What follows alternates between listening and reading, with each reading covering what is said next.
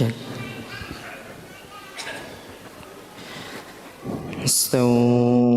استووا أقيموا صفوفكم وتراص صلوا صلاة موجعة صلاة التراويح. الله أكبر.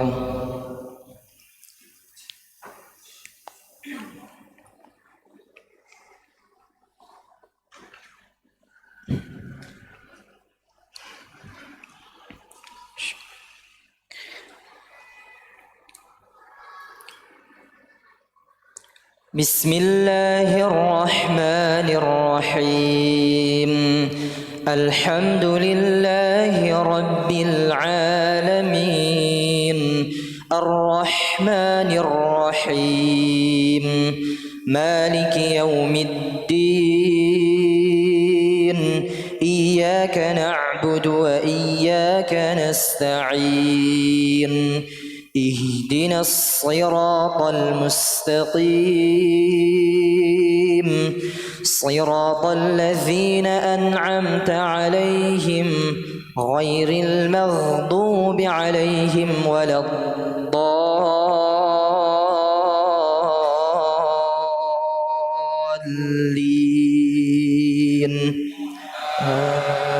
آمين. إن الذين قالوا ربنا الله ثم استقاموا تتنزل عليهم الملائكة ألا تخافوا ولا تحزنوا وأبشروا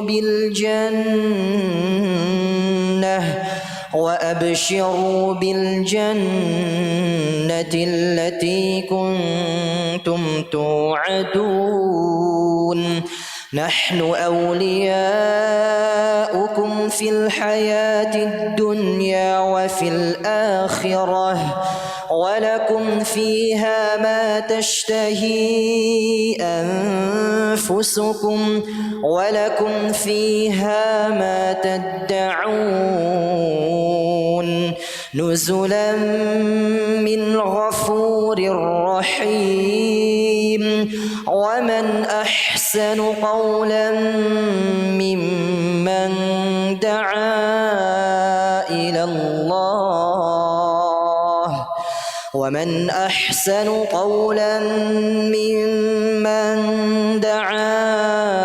إلى الله وعمل صالحا وقال إنني من المسلمين. الله أكبر.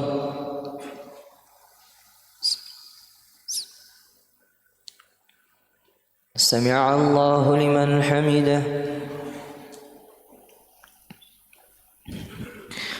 الله أكبر.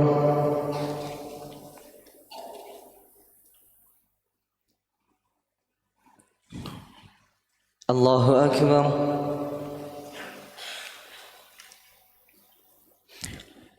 الله أكبر.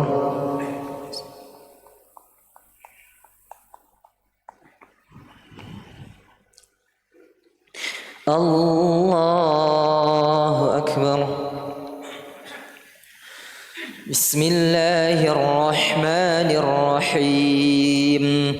الحمد لله رب العالمين الرحمن الرحيم مالك يوم الدين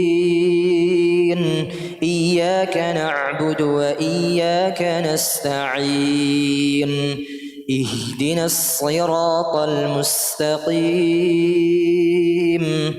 صراط الذين أنعمت عليهم غير المغضوب عليهم ولا الضالين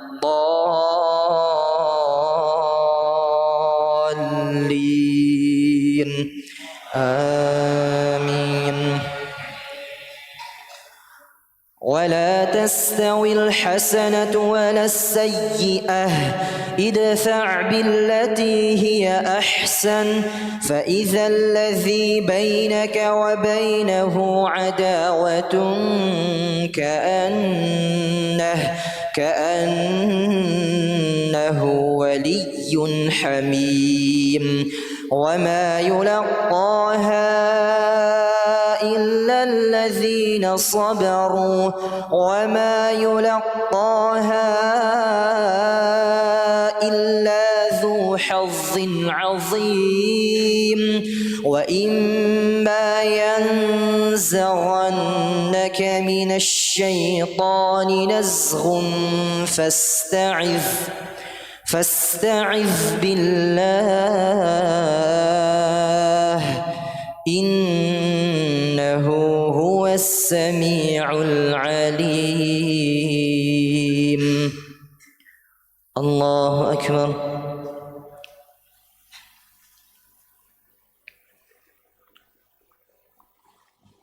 سمع الله لمن حمده.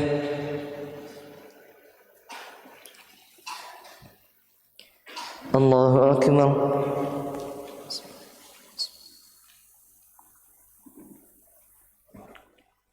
الله أكبر.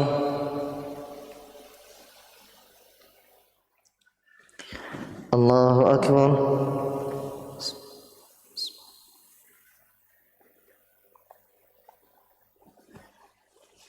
الله أكبر.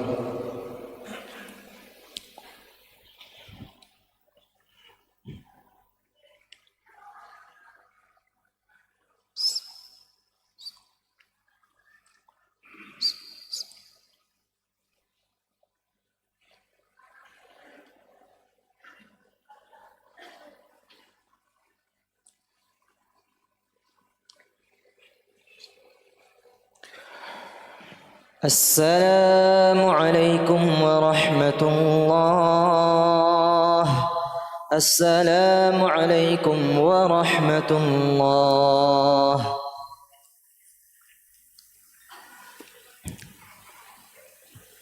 استووا من صفوفكم.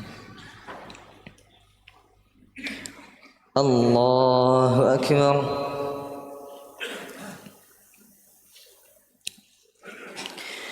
بسم الله الرحمن الرحيم. الحمد لله رب العالمين الرحمن الرحيم مالك يوم الدين إياك نعبد وإياك نستعين اهدنا الصراط المستقيم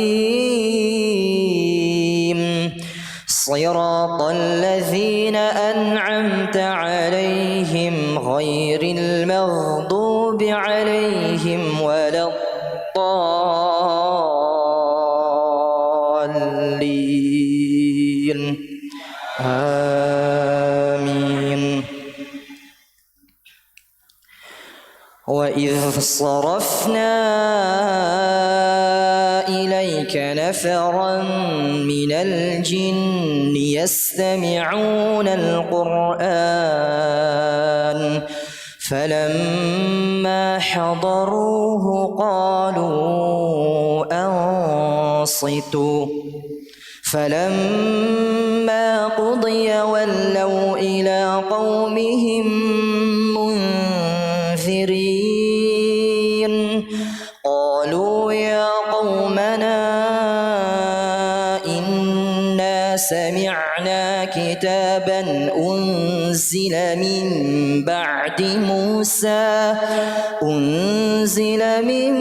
بعد موسى مصدقا لما بين يديه يهدي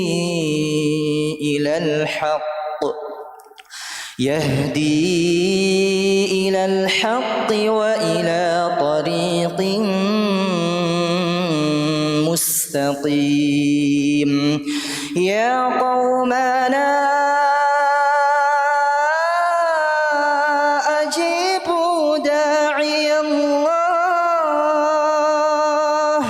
أجيبوا داعي الله وآمنوا به يغفر لكم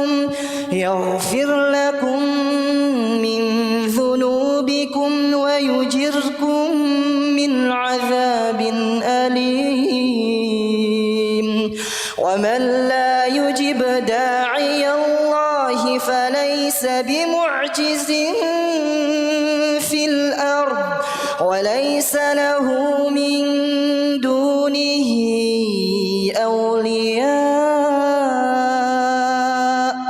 أولئك في ضلال مبين. الله أكبر.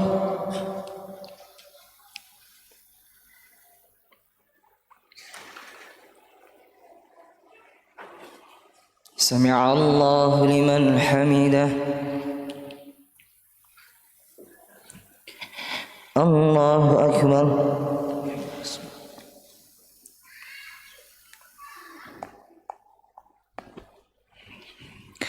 الله أكبر.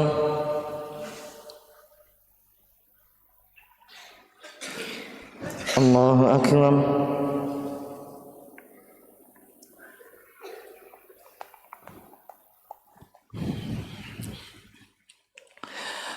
الله أكبر. بسم الله الرحمن الرحيم. الحمد لله رب العالمين الرحمن الرحيم مالك يوم الدين إياك نعبد وإياك نستعين اهدنا الصراط المستقيم صراط الذين أنعمت عليهم غير المغضوب عليهم ولا الضالين آمين. محمد رسول الله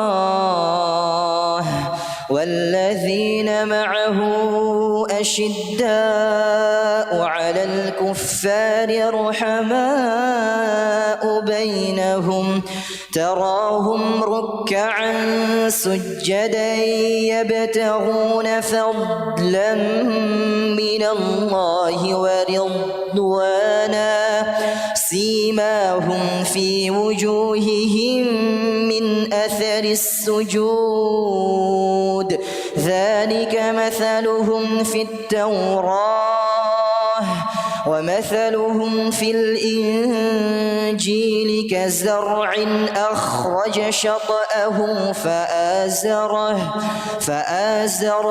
فاستغلظ فاستوى على سوقه يعجب الزراع ليغيظ بهم الكفار وعد الله الذين آمنوا وعملوا الصالحات منهم مغفرة وأجرا عظيما. الله أكبر.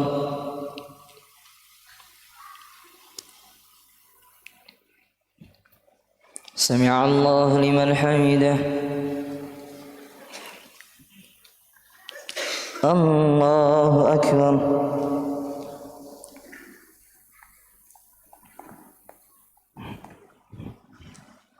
الله أكبر.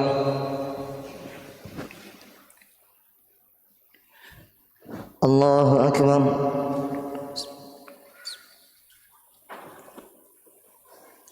الله أكبر.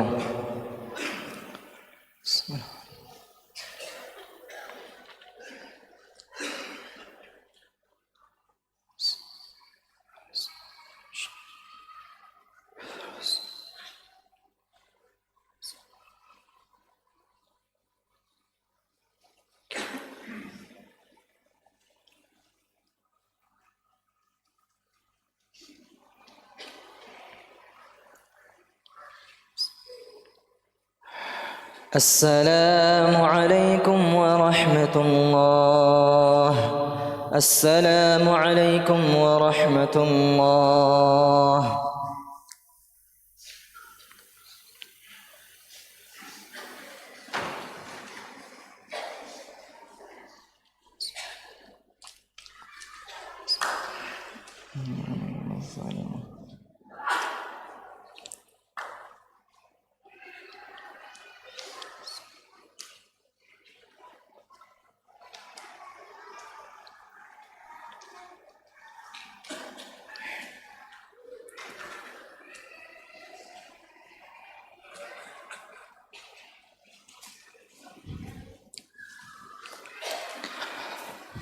استووا قيموا بالصفوف.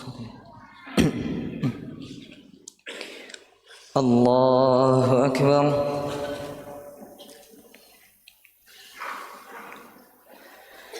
بسم الله الرحمن الرحيم. الحمد لله رب العالمين الرحمن الرحيم مالك يوم الدين إياك نعبد وإياك نستعين اهدنا الصراط المستقيم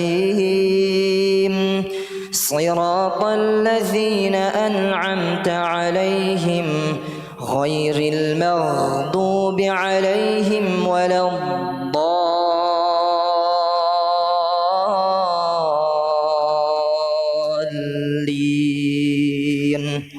آمين. إنما المؤمنون إخوة فأصلحوا بين أخويكم واتقوا الله لعلكم ترحمون. يا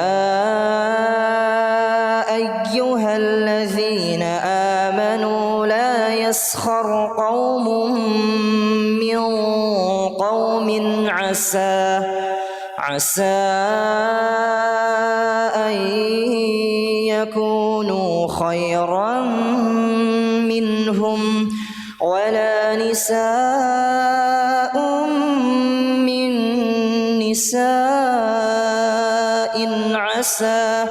عسى أن يكن خيرا منهن ولا تلمزوا أنفسكم ولا تنابزوا بالألقاب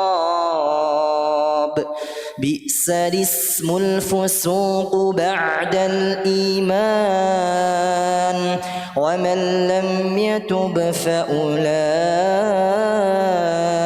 هم الظالمون. الله أكبر.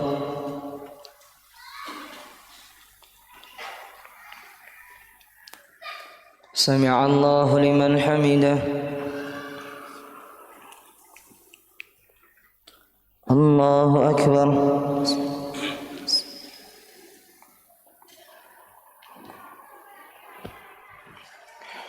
الله أكبر.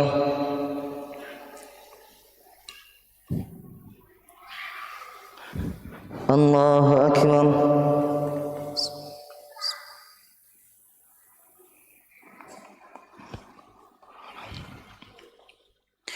الله أكبر. بسم الله الرحمن الرحيم. الحمد لله رب العالمين الرحمن الرحيم مالك يوم الدين إياك نعبد وإياك نستعين اهدنا الصراط المستقيم صراط الذين أنعمت عليهم غير المغضوب عليهم ولا الضالين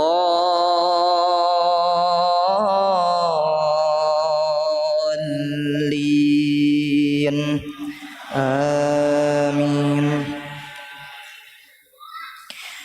يا أيها الذين آمنوا اجتنبوا كثيرا من الظن الظن إثم ولا تجسسوا ولا يغتب بعضكم بعضا أيحب أحدكم أن يأكل لحم أخيه ميتا فكرهتموه واتقوا الله إن الله تواب رحيم يا أيها الناس إنا خلقناكم من ذكر وأنثى وجعلناكم شعوبا وقبائل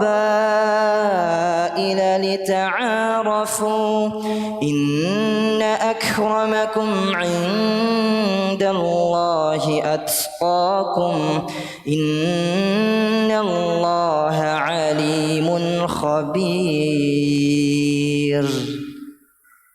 الله أكبر.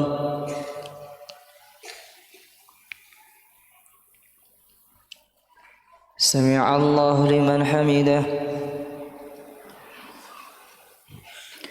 الله أكبر.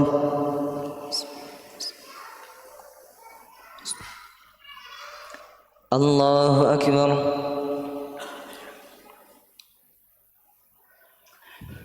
الله أكبر.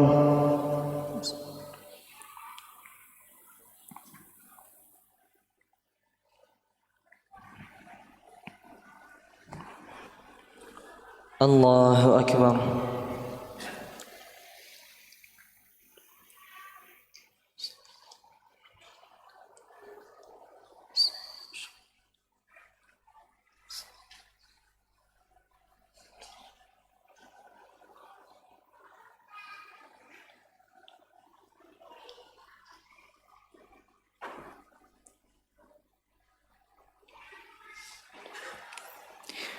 السلام عليكم ورحمة الله.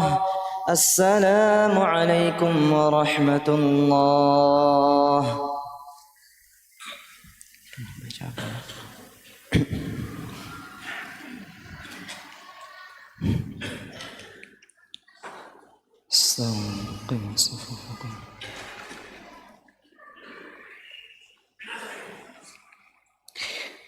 الله أكبر.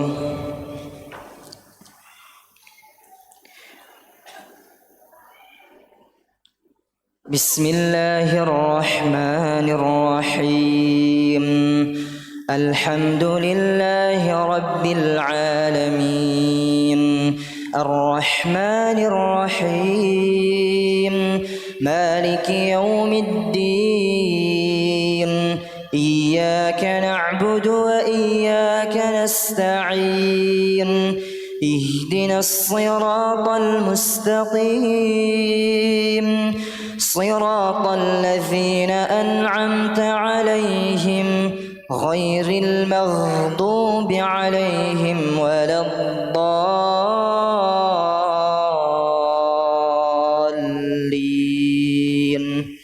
آمين. يعلموا أنما الحياة الدنيا لعب ولهو وزينة وتفاخر بينكم وتكاثر في الأموال والأولاد كمثل غيث أعجب الكفار نباته ثم يهيج فتراه مصفرا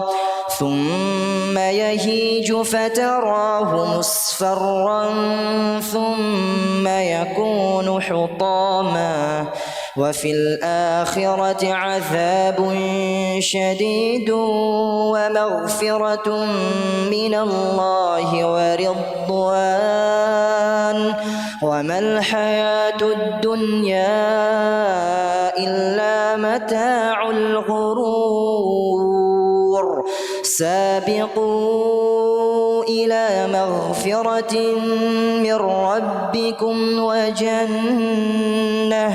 وجنة عرضها كعرض السماء والأرض أعدت للذين آمنوا بالله ورسله ذلك فضل الله يؤتيه من يشاء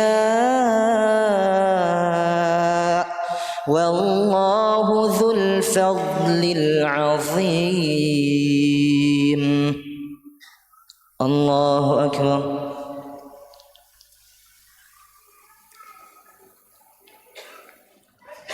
سمع الله لمن حمده. الله أكبر.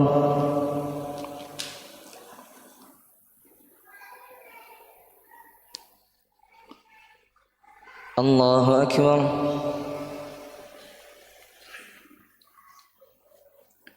الله أكبر.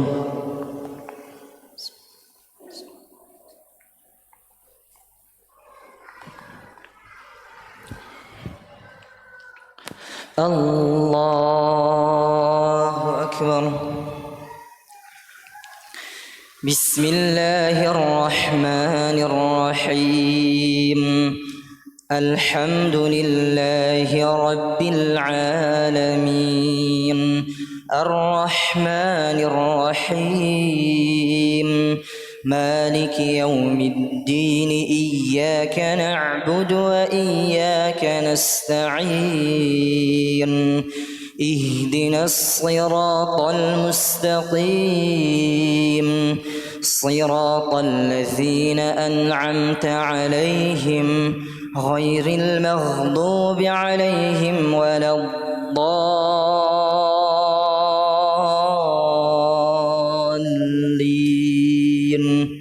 آمين. فإذا جاءت الصاخة يوم يفر المرء من أخيه وأمه وأبيه وصاحبته وبنيه لكل امرئ منهم يومئذ شأن يغنيه وجوه يومئذ مسفرة ضاحكة مستبشرة ووجوه يومئذ عليها غبرة ترهقها قترة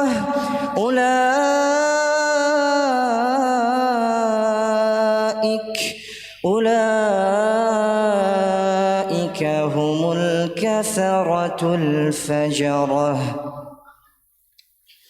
الله أكبر.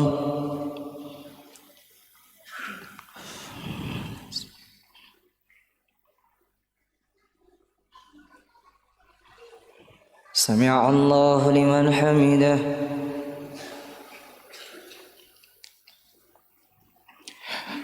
الله أكبر.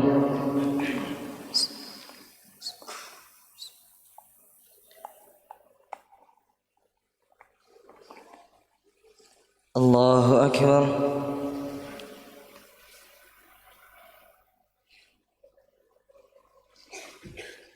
الله أكبر.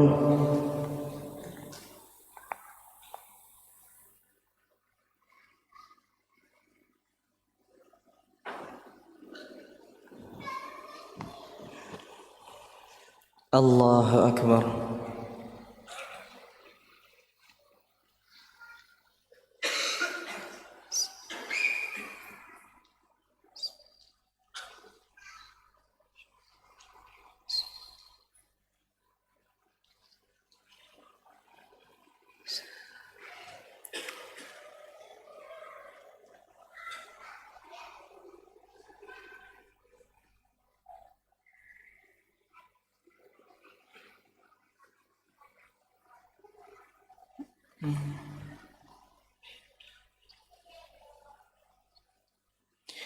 السلام عليكم ورحمة الله.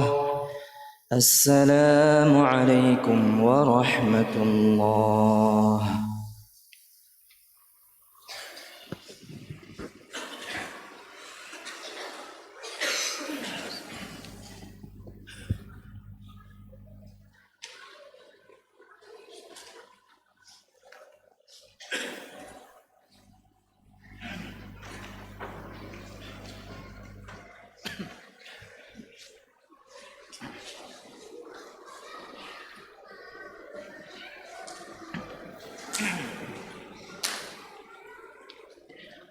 Bismillahirrahmanirrahim. Assalamualaikum warahmatullahi wabarakatuh. Alhamdulillahirabbil alamin. Wassalatu wassalamu ala asyrafil anbiya'i wal mursalin wa ala alihi wa ashabihi rasulillahi ajma'in. Amma ba'du. Qala Allah Ta'ala fil Qur'anil Karim. A'udzu billahi minasyaitonir rajim. Syahrul Ramadan allazi unzila fihi al-Qur'an hudan lin-nasi wa bayyinatin minal huda wal furqan faman syahida minkum asy-syahra falyasum.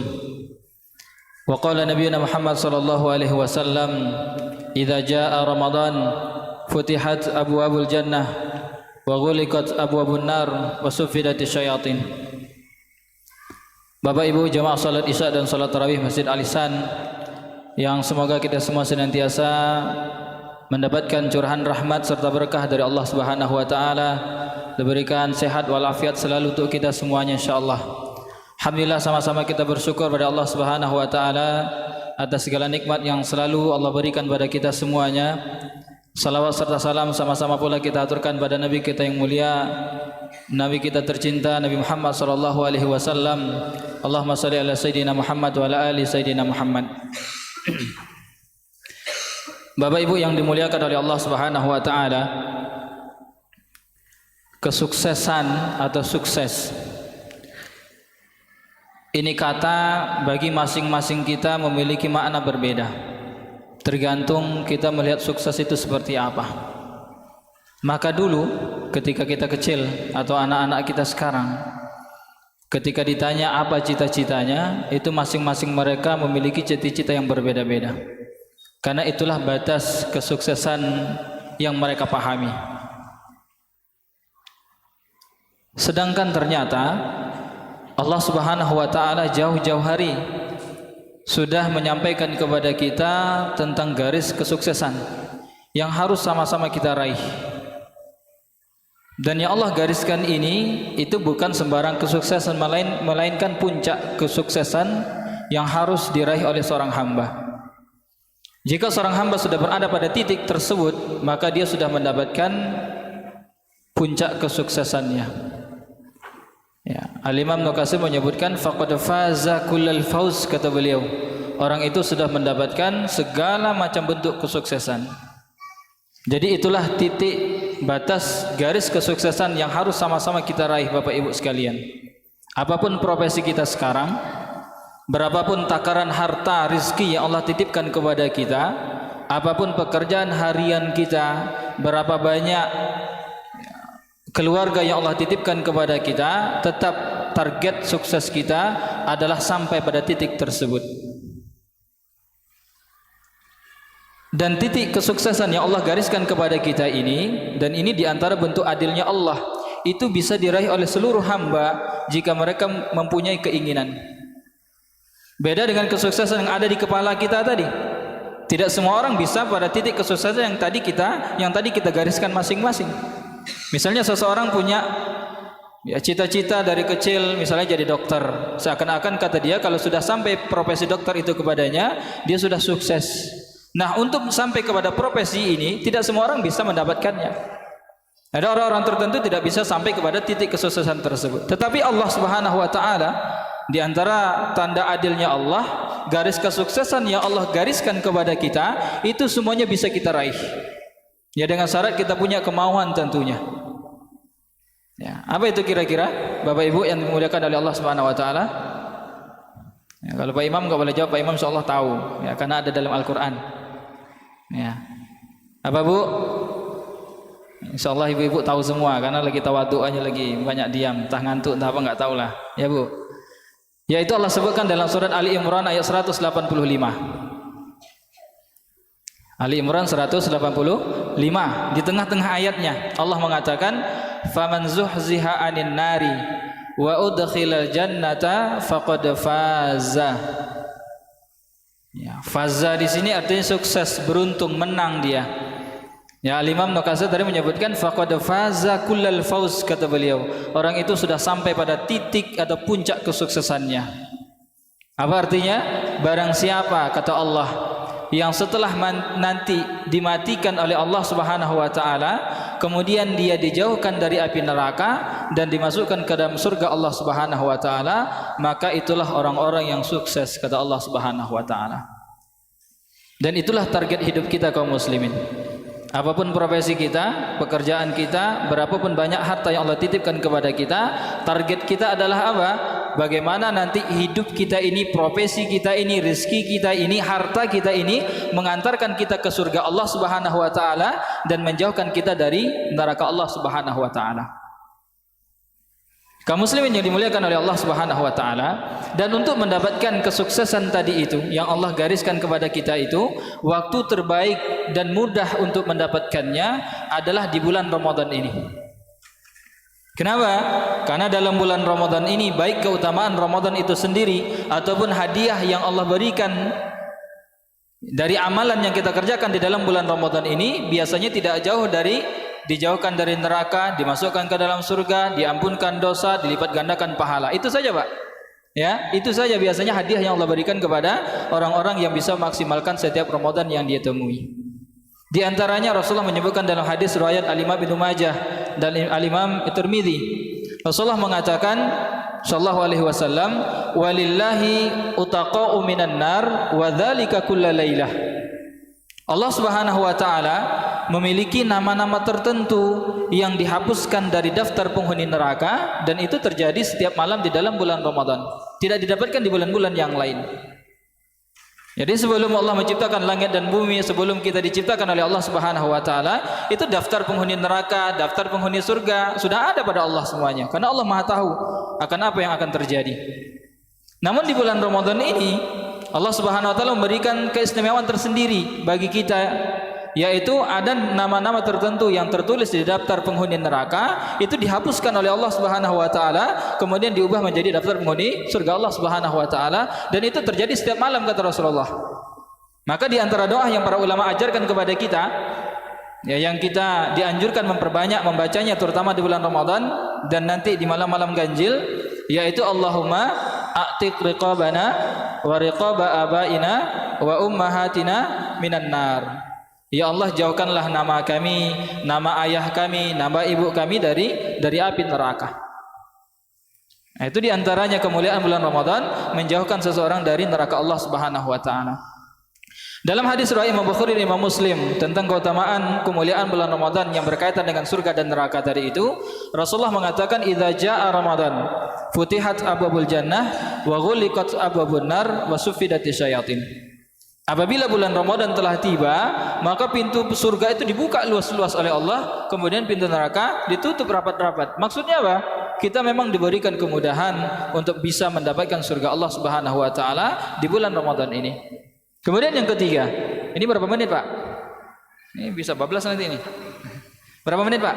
Pak Ustaz, berapa menit Pak Ustaz? 15 menit. Ya. Baik, insyaallah baru 5 menit kayaknya. Baru 5 menit. Ya. Yang ketiga, tentang mudahnya seseorang dan tingginya derajat yang didapatkan di surga ketika dia bisa memaksimalkan bulan Ramadan. Hadis riwayat Al-Imam Ibnu Majah tentang kisah sahabat Talha bin Ubaidillah radhiyallahu anhu. Pada zaman Rasulullah dulu, ada 2 orang sahabat yang masuk Islam bersamaan. Ya, mereka dari daerah Bali namanya. Mereka datang ke Madinah, masuk Islam bersamaan. 2 orang sahabat karib. Kalau bahasa anak muda sekarang bestie Pak. Ya, 2 orang sahabat karib masuk Islam bersamaan di Madinah ketika itu. Sahabat yang pertama secara kualitas ibadah itu bagus, rajin ibadahnya. Beberapa kali ikut panggilan jihad bersama Rasulullah dan para sahabat. Maka tidak lama setelah dia masuk Islam, dia ditakdirkan meninggal dunia dan matinya mati syahid, mati di medan peperangan. Karena memang semangat ikut jihad itu. Sahabat yang kedua itu ditakdirkan hidup 1 tahun setelah sahabat yang pertama meninggal dunia. Jadi dia masih hidup 1 tahun setelahnya. Secara kualitas ibadah memang dia di bawah sahabat yang pertama. Matinya pun mati karena sakit, bukan karena mati syahid. Sahabat yang kedua ini. Satu malam Talha bin Ubaidillah ini bermimpi ketika dia sedang berdiri di depan pintu surga, kemudian melihat 2 orang sahabat tadi pun berdiri di depan pintu surga. Tidak lama waktu berselang, ada seseorang yang keluar dari surga, kemudian memanggil 2 orang sahabat tadi untuk masuk ke dalam surga. Ternyata yang dipanggil masuk ke dalam surga malam itu, yang dilihat oleh Talha dalam mimpinya, adalah sahabat yang wafat kedua, Pak. Bukan sahabat yang pertama. Padahal yang pertama tadi matinya mati, Pak. Mati syahid, ibadahnya rajin. Sedangkan sahabat yang kedua matinya karena sakit. Secara kualitas ibadah masih di bawah sahabat yang pertama. Tapi malam itu ternyata yang dipanggil masuk surga pertama kali adalah sahabat yang wafat kedua. Besok harinya para sahabat, diceritakan oleh Talha bin Ubaidillah, mereka semuanya sama pemikirannya, yaitu mereka heran, takjub, kok bisa sahabat yang kedua duluan dipanggil masuk ke dalam surga, padahal sahabat yang pertama mati syahid. Mati syahid ini mati yang paling mulia di hadapan Allah. Mereka tidak perlu dimandikan, tidak perlu dikafankan, tidak perlu disolatkan, dikuburkan begitu saja, karena memang matinya mulia, Pak. Tapi kenapa sahabat yang kedua duluan dipanggil masuk ke dalam surga malam itu? Kemudian kisah ini sampai kepada Rasulullah SAW. Kemudian Rasulullah bertanya kepada para sahabat, ya, apa yang membuat kalian heran? Kata Rasulullah, bukankah sahabat yang kedua masih hidup 1 tahun setelahnya? Kata para sahabat, ya Rasulullah. Bukankah sahabat yang kedua masih bertemu dengan 1 kali Ramadan dalam hidupnya? Kata para sahabat, ya Rasulullah. Ketika dia bertemu dengan bulan Ramadan tersebut, dia melakukan ibadah ini, dia berpuasa Ramadan, dia melakukan salat ini, melakukan amalan itu dan sebagainya. Maka kata Rasulullah SAW, kemuliaan mereka di hadapan Allah itu kelak antara langit dan buminya Allah Subhanahu wa taala. Bukan hanya masuk surganya duluan, Pak. Derajat surganya pun nanti itu sangat jauh berbeda. Orang yang bertemu dengan sekali saja dalam Ramadan dalam hidupnya. Apalagi jemaah lisan udah ketemu berapa kali Ramadan, Pak? Ada yang udah 50 kali, 70 kali, 80 kali begitu kan? Nah, insyaallah surganya langsung surga Firdaus insyaallah. Nah, itu diantaranya. Ya, sebenarnya masih banyak ya tentang keutamaan Ramadan itu sendiri yang menjauhkan seseorang dari neraka. Misalnya Rasulullah menyebutkan dalam hadis riwayat Bukhari Imam Muslim, man shoma yauman fi sabilillahi ba'adallahu wajhahu anin nar 70 kharifan. Siapa yang puasa sehari saja di jalan Allah, maka akan dijauhkan wajahnya dari api neraka sejauh 70 tahun perjalanan. Jauh, Pak, itu sehari. Ya, bagaimana dengan 30 hari dikali dengan 50 kali tadi itu? Nah, insyaallah mudah-mudahan kita dijauhkan dari neraka Allah Subhanahu wa taala. Ya, makanya benar perkataan Al-Imam Ibnu Jauzi. Al-Imam Ibnu Jauzi itu pernah mengatakan begini, Bapak Ibu sekalian. Tallahi law qila li ahli al-quburi tamannau la tamannau yauman min Ramadan. Demi Allah, kata beliau, sekiranya dikatakan kepada penghuni kubur, berangan-anganlah kalian penghuni kubur. Apa angan-angan terbesar kalian? Maka pasti, kata beliau, mereka akan mengatakan, seandainya kami mendapatkan 1 hari saja hidup di dalam bulan Ramadan. Jadi hidup sehari dalam bulan Ramadan ternyata itu keinginan terbesar penghuni kubur saat ini, Bapak Ibu sekalian. Ya, kenapa? Di antaranya mungkin mereka dulu bertemu dengan puluhan kali Ramadan tidak pernah mereka maksimalkan. Tiba-tiba mereka dimatikan oleh Allah. Ya, mereka baru sadar ternyata dapat sehari saja itu sudah keutamaan luar biasa di sisi Allah Subhanahu wa taala. Ya, makanya banyak keutamaan, istimewaan yang diberikan oleh Allah Subhanahu wa taala di dalam bulan Ramadan ini. Mudah-mudahan kita bisa memanfaatkan momentum ketika Allah memberikan kita izin untuk bertemu dengan Ramadan tahun ini. Maka Rasulullah mengatakan begini, ini terakhir, Pak. Janji ini terakhir insyaallah. Ya, udah ngelihat jam semua kayaknya. Ya. Rasulullah mengatakan begini dalam sebuah hadis. Lau ya'lamul ibadu ma fi Ramadan la tamannat ummati ayyakuna sanah.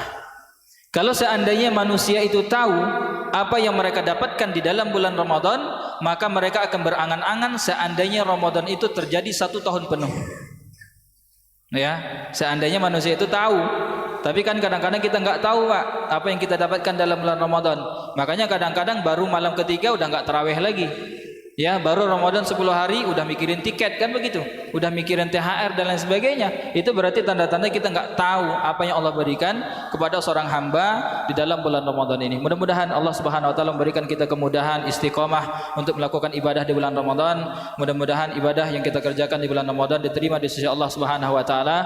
Mudah-mudahan kita sampai pada puncak kesuksesan kita kelak setelah kita dimatikan oleh Allah, yaitu dimasukkan ke dalam surga tanpa mampir ke neraka sedikit pun. Amin ya rabbal alamin. Subhanaka wa bihamdika asyhadu an la ilaha illa anta astaghfiruka wa atubu ilaik. Wabillahi taufiq wal hidayah. Assalamualaikum warahmatullahi wabarakatuh.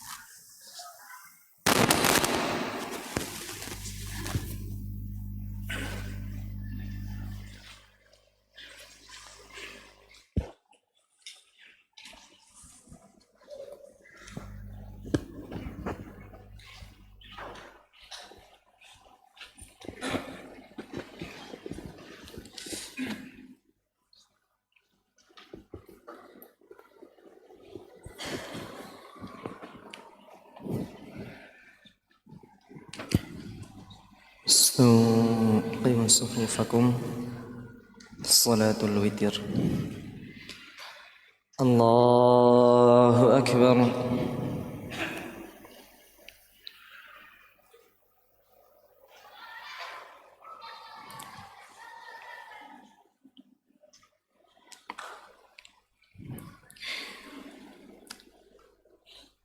بسم الله الرحمن الرحيم. الحمد لله رب العالمين الرحمن الرحيم مالك يوم الدين إياك نعبد وإياك نستعين اهدنا الصراط المستقيم صراط الذين أنعمت عليهم غير المغضوب عليهم ولا الضالين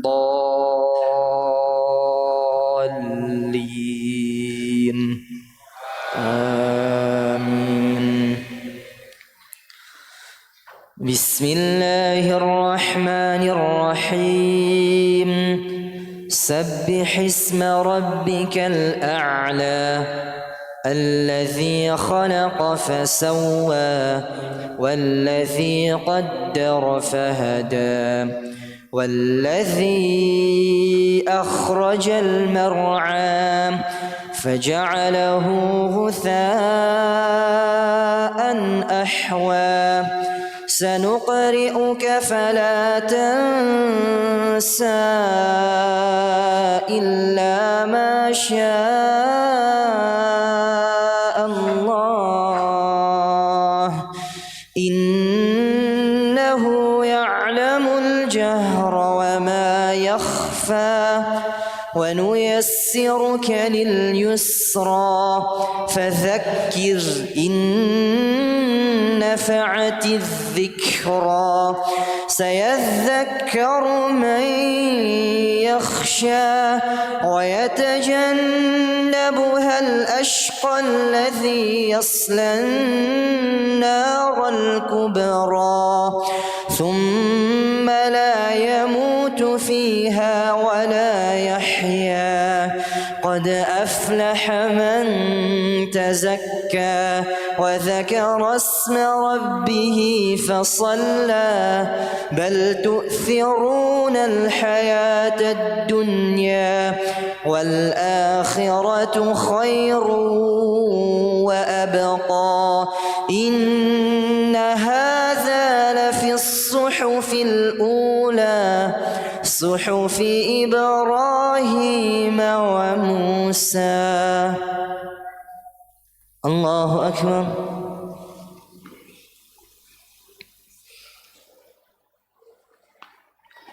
سمع الله لمن حمده.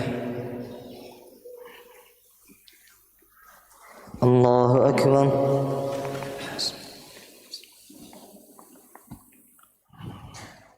الله أكبر.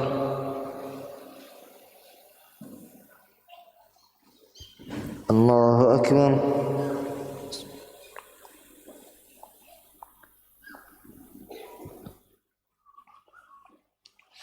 الله أكبر. بسم الله الرحمن الرحيم. الحمد لله رب العالمين الرحمن الرحيم مالك يوم الدين إياك نعبد وإياك نستعين اهدنا الصراط المستقيم صراط الذين أنعمت عليهم غير المغضوب عليهم ولا الضالين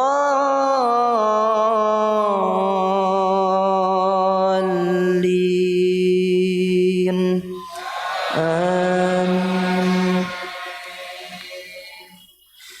بسم الله الرحمن الرحيم. قل يا أيها الكافرون لا أعبد ما تعبدون ولا أنتم عابدون ما أعبد ولا أنا عابد ما عبدتم ولا أنتم عابدون ما أعبد لكم دينكم ولي دين. الله أكبر.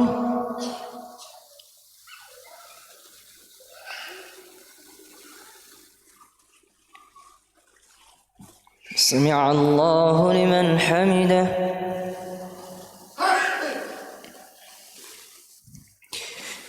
الله أكبر.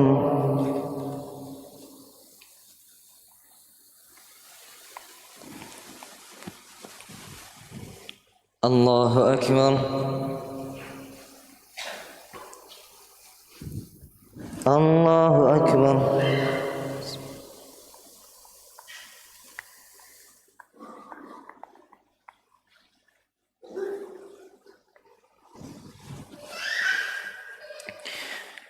الله أكبر. بسم الله الرحمن الرحيم. الحمد لله رب العالمين الرحمن الرحيم مالك يوم الدين إياك نعبد وإياك نستعين اهدنا الصراط المستقيم صراط الذين أنعمت عليهم غير المغضوب عليهم ولا الضالين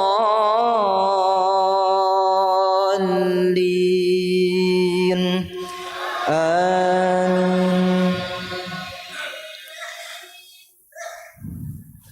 بسم الله الرحمن الرحيم.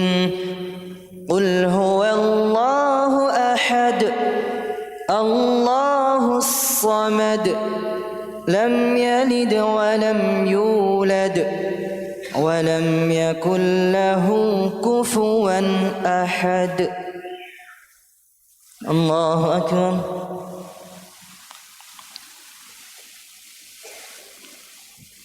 سمع الله لمن حمده.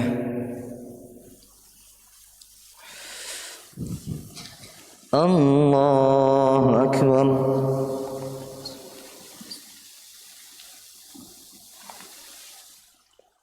الله أكبر.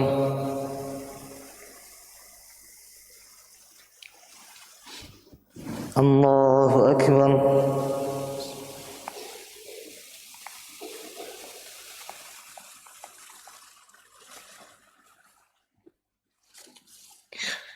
الله أكبر.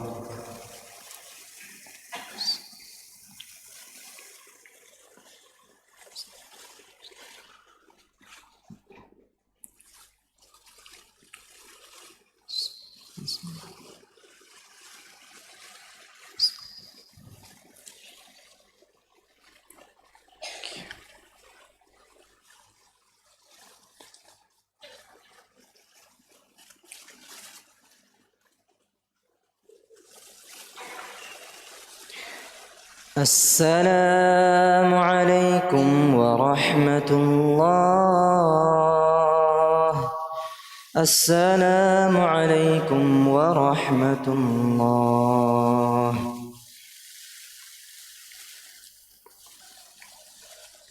سبحانك سبحانك.